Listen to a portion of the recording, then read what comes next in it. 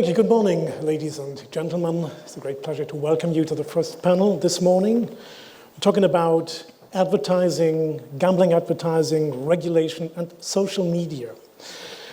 Advertising is about information. Regulation is about protection, and social media is about communication.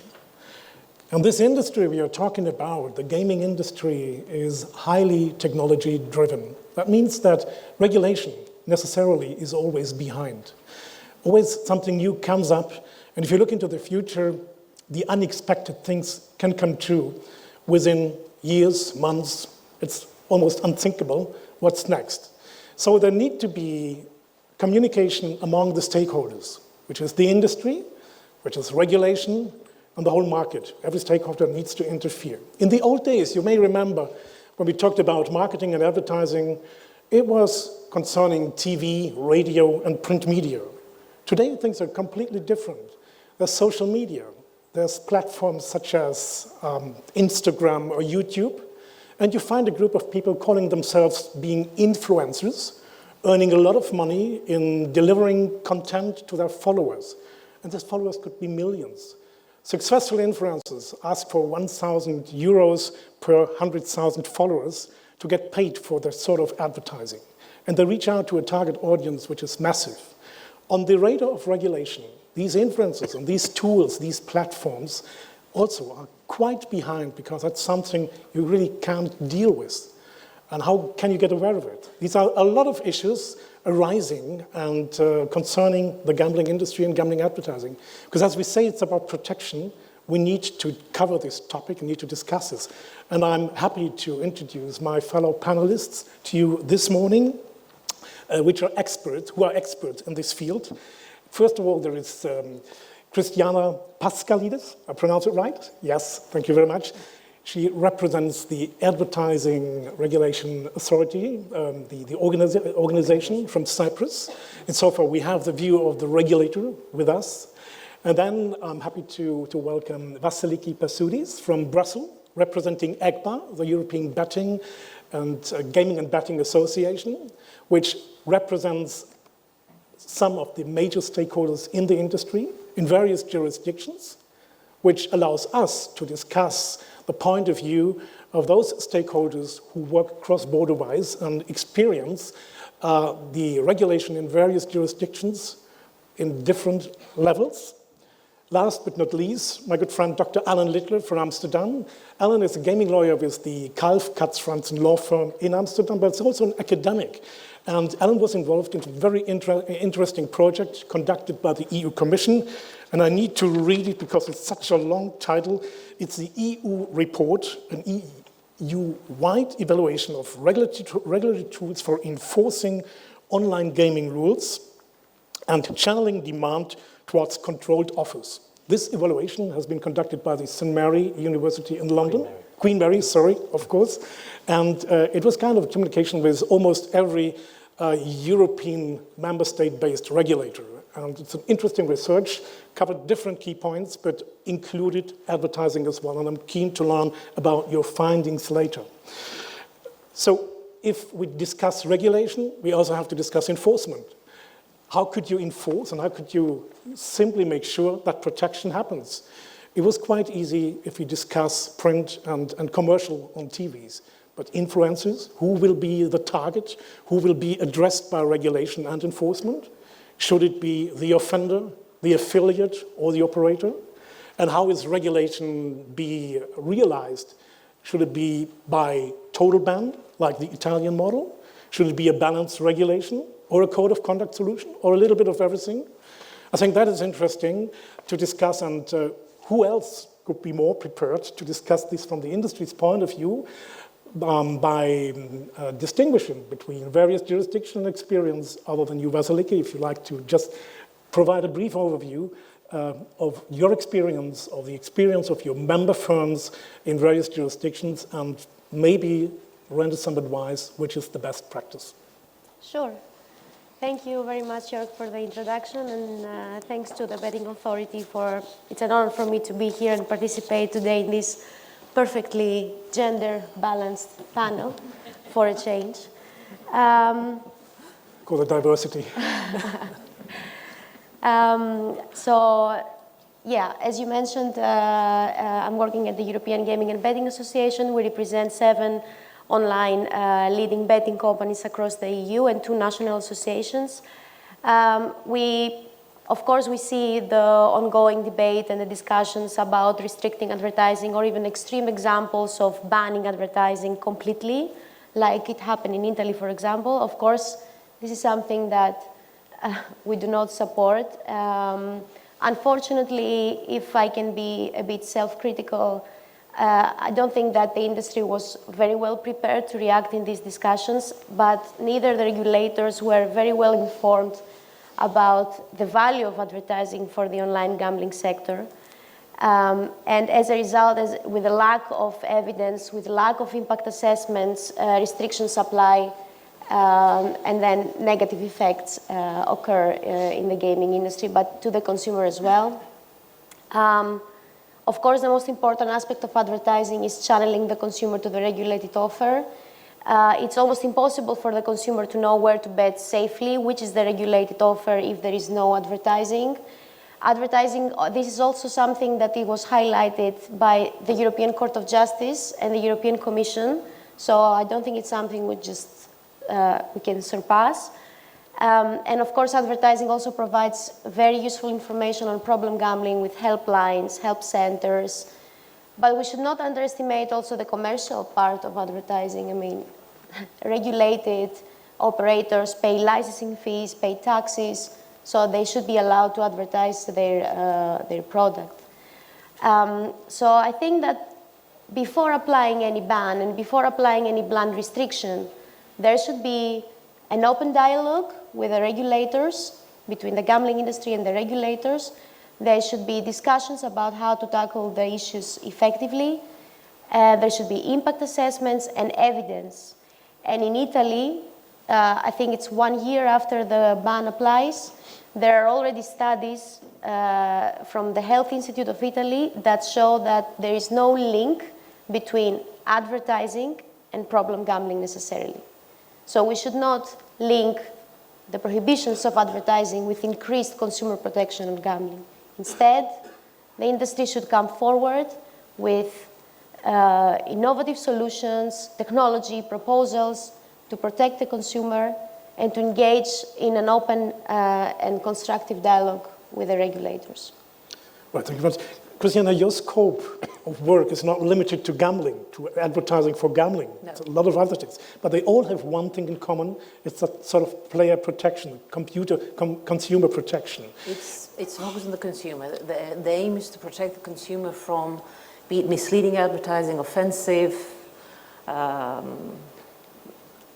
illegal, indecent. Informative. Yes. And if we talk about gambling advertising, it's very important, of course, to express that it could be harmful to social, financial, and health issues of players. Yes. Do you agree? Is it important to create a sort of dialogue with the industry, or how do you, as a regulator, approach this issue to reach these objectives and the goals of protection, which should be the highest level?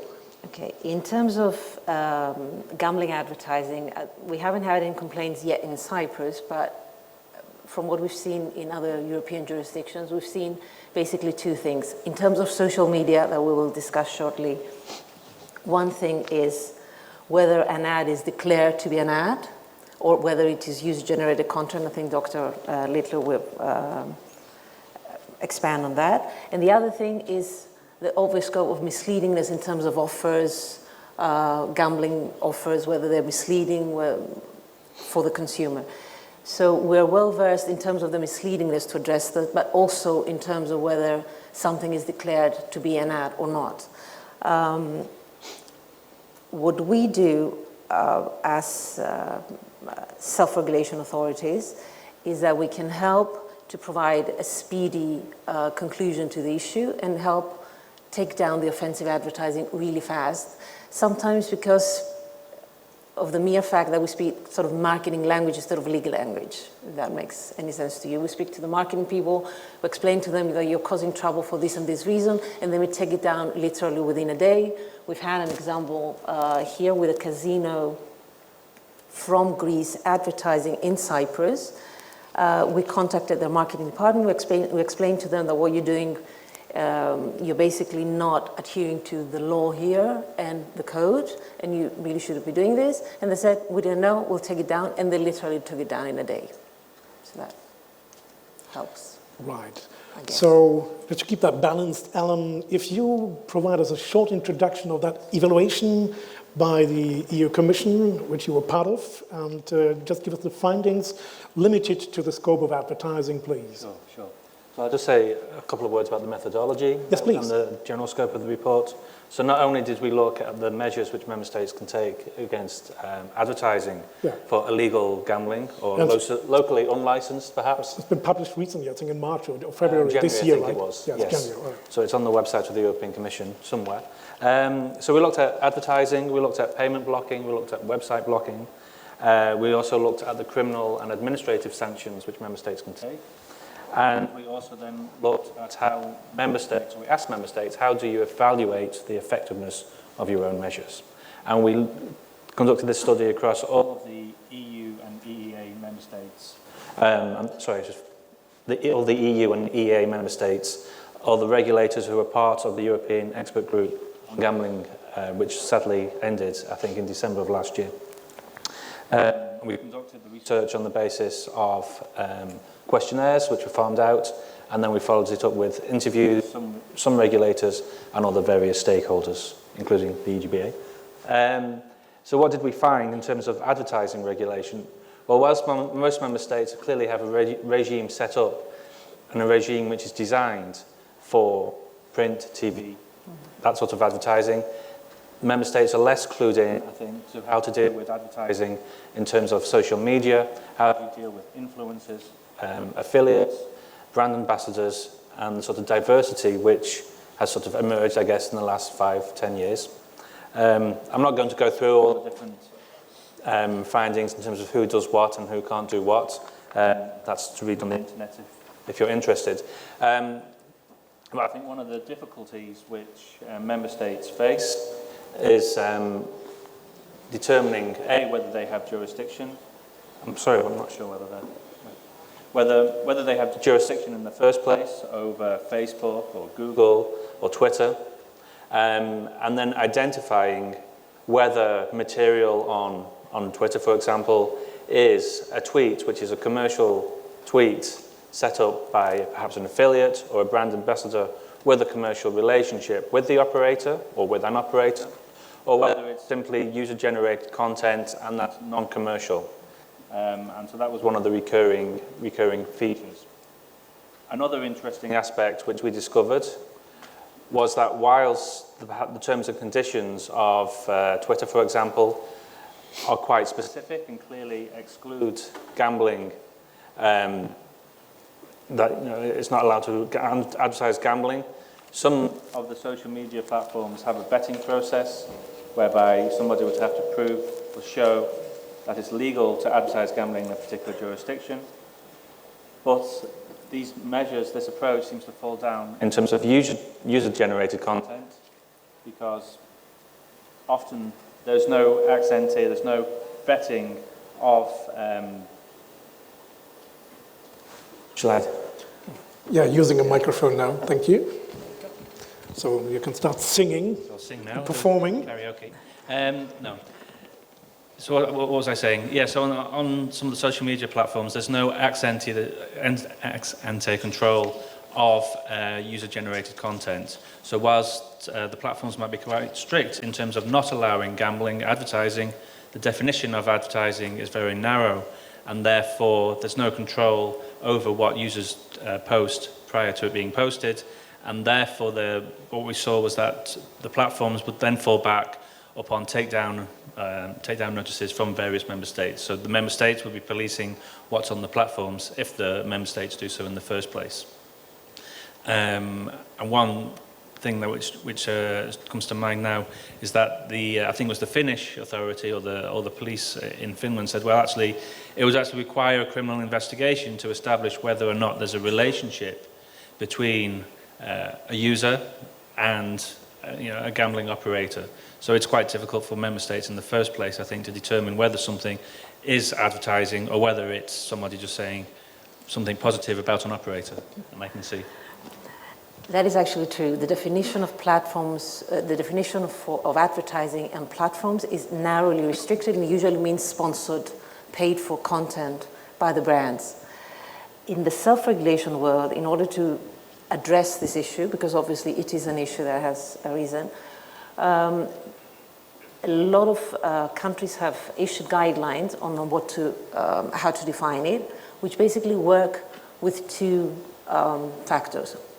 One is control of content, which control is widely interpreted to be anything from a guideline as to what to say, how to say it, the nuances of how to say it, to downright actual, I want to approve it before it goes out. And compensation, which might also vary. It might be monetary, it might be I'm giving you products to try, it might be an invitation to something. So that is a very also wide-ranging definition. A lot of the influencer part, if I can put it that way, is on Instagram, and we've seen a lot of work on that. And the other thing that has to be done is that the content that is paid for in this way must be declared. Usually upfront, you don't expect the consumer to go down 10,000 hashtags to read the ad or sponsored or maybe done in association with. And we've seen a lot of cases with that. Some jurisdictions have really reached out to influencers, Sweden, Italy, and actually invited the influencers to join them. And there's another thing that self-regulation world does, which I think is very useful in this respect, is that we reverse the burden of proof. So basically, if a consumer comes and says that I see this content, I'm not really sure what it is, it's for the brand to prove that it's not for the consumer to prove that it is. So that actually makes it more difficult, because usually when consumers are writing something, for example, in the gambling sector saying, yes, I've won something, it's usually, yeah, I've won something. It's not terms and conditions, go there, see the brand, 5,000. So usually you can, mostly after a complaint, but you can also self-monitor to address that issue. I think that's a good point taken, because it concerns the issue of enforcement. If you say the brand or the operator is responsible, to prove you have that someone it's not. to talk to. Yes. That reminds me of the huge fines imposed by the advertising standards authorities in the UK 2-3 years ago, when they started looking at affiliate marketing. They did not go after the affiliates. They simply addressed directly the operators. And then, by way of code of conduct, they changed the whole structure, being responsible, and it's part of a solution that might work better than just going after those offenders directly. What's the answer of the industry to that? As you said previously, certainly maybe in the old days or in the beginning, there was too much advertising, or there were no limitations, no restrictions. And if you go walk across the streets in some places in the UK, you see advertising everywhere. The TV is full of commercials. It was too much. And now the industry comes up with offers, with kind of self-restriction. What is your common ground with your stakeholders to address this issue against the regulators? I think there are many good examples of the industry working together and being innovative in terms of solutions. We see, I bet that there is no responsible regulated betting company that wants to target minors when they advertise. So this is a quite important and very big ground of that consensus can happen between the industry. Then we have examples on European level. For example, every betting company has the obligation to report for anti-money laundering purposes to the regulator, but this is something that happens in a different way in every member state. However, the industry came together, and now there is a European initiative on standardizing the reporting obligation. This is something that we expect in the future to come, to happen in a harmonized way. So I think that there is ground to go forward and propose solutions on how you design the gamble ad, so the content of the ad, who you include in the ad, who do you want to target and who you don't want to target, but also how you place it, when you place it. For example, another example is that there should not be ads of gambling around a school. there are many good examples that some of them apply already on a national level. So, and in this point, I'm happy to announce that we have already started working with our members on a European Code of Conduct for online gambling advertising. And this is also, it's an initial stage, but we have already started engaging in discussions with other stakeholders because banning advertising concerns also media. So we have started engaging with other media stakeholders to find solutions, to find proposals, and I am pretty confident that when this happens and when we have it finalized, it will be a big issue and quite responsible and new approach and response by the gambling industry to the threats. And we have also examples on a European level that self-regulation and regulation coexist. It's the co-regulation. So there should not be any conflict between. Yes, right, or any barriers. A proper self-regulation or a proper code of conduct is the best way to regulate because the industry knows best how to access the market, how to communicate with the target group, the customers, the players. And I think we all agree on that fact that banning advertising of gambling can't be the right way because it's a lack of information and you cannot channelize traffic from unregulated sites to regulated sites. And of course, you need to introduce and explain the scope of products you have just to get these people playing with your site. From your perspective, just comparing all these issues in various member states of the European Union by way of that evaluation, was there any conclusion you can say this is common ground across the EU or any advice how to best regulate advertising? How to best? We looked at cooperation between member states in a sort of information sharing sense. But in terms of advertising and how member states should advertise, that sort of fell outside the scope of the research. So the research was just about what measures do member states have and how effective are they, and how do member states look at the effectiveness of what they do. But I think in terms of regulating advertising in general, yes, I agree. I mean, a ban, complete prohibition, isn't going to allow anybody to provide information about a product or a service or the fact that it's available. One of the key things the Netherlands is struggling to get its legislative reforms into action, but one of the key ideas is that 80% of the regulated market, 80% of players will play within the regulated market once it's open. And you could also ask why it's 100, but that's a different discussion. But one of the key things is, well, what's the appropriate degree of advertising which is permitted? There have been motions in Parliament to say, oh, there should be a complete ban on advertising. But at the same time, I think it's about finding a balance between in terms of regulation, but also I think the industry also realising perhaps we shouldn't go and over-advertise and swamp the media, swamp television with advertising, because that will only just generate a pushback, which will probably leave us off in a worse position than had we taken perhaps some proactive steps to not to go too far.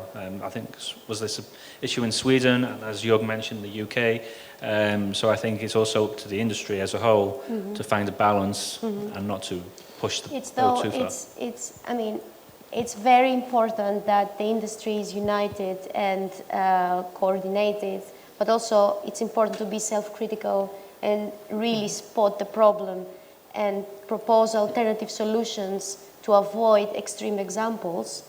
And in terms of volume, I think this is the biggest issue when we talk about online gambling advertising, especially on television.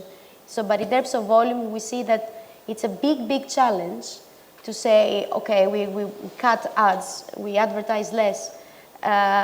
We see an example in Denmark recently, for example, that the industry agreed to a cut on advertising on television, but then the competition authorities came forward and said, no, you cannot do this, it's prohibited under competition law, it's antitrust.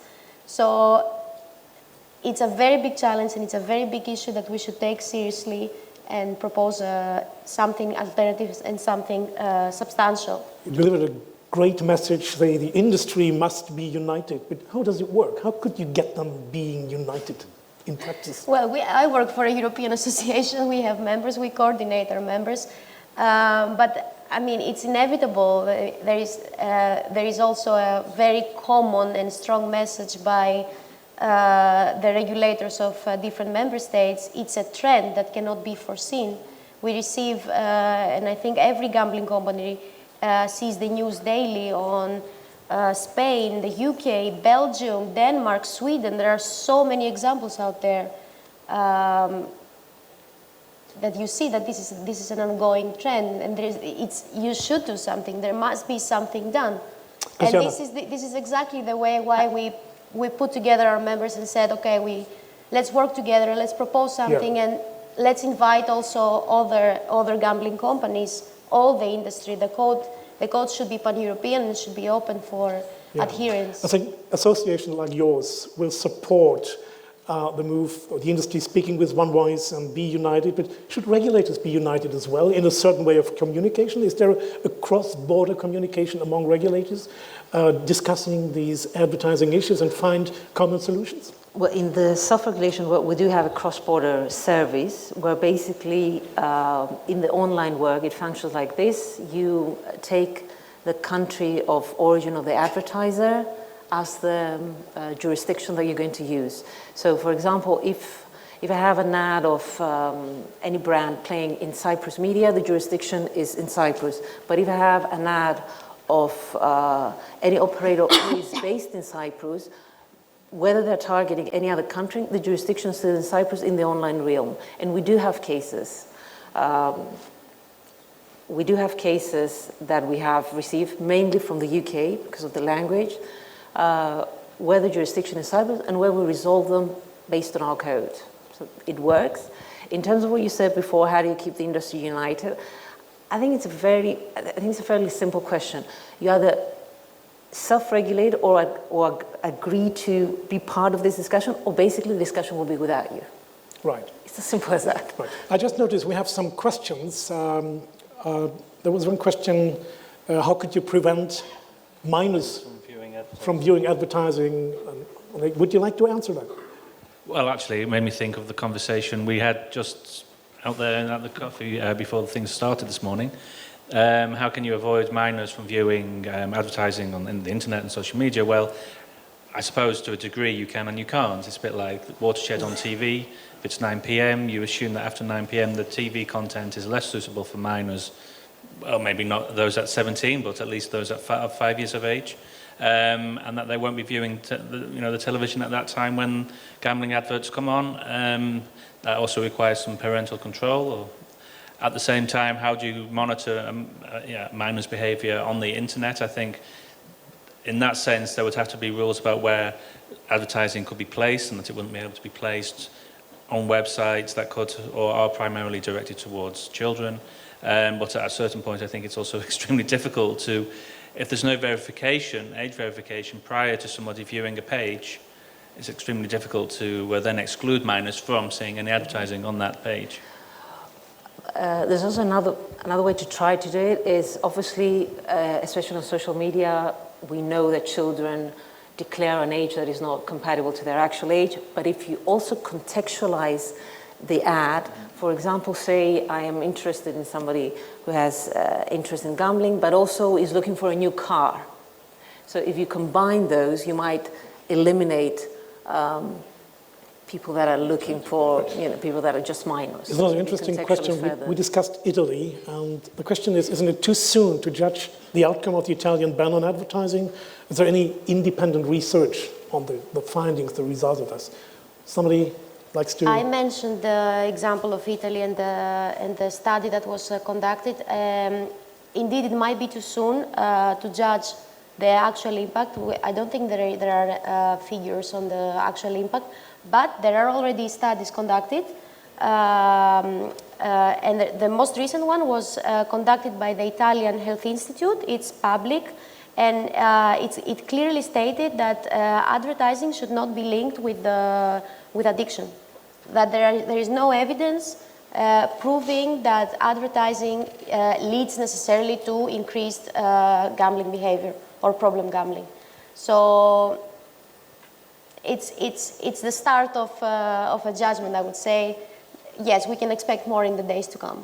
There will be more evaluation in the future. Unfortunately, our time is over, so there are some questions left. If you'd like to address these questions to the panelists, we're happy to talk to you. But since I'm German, this panel is like a Lufthansa flight. We land on time. Would you like to welcome me and thanking my panelists for the excellent contribution? Thank you very much, and thanks for your attention.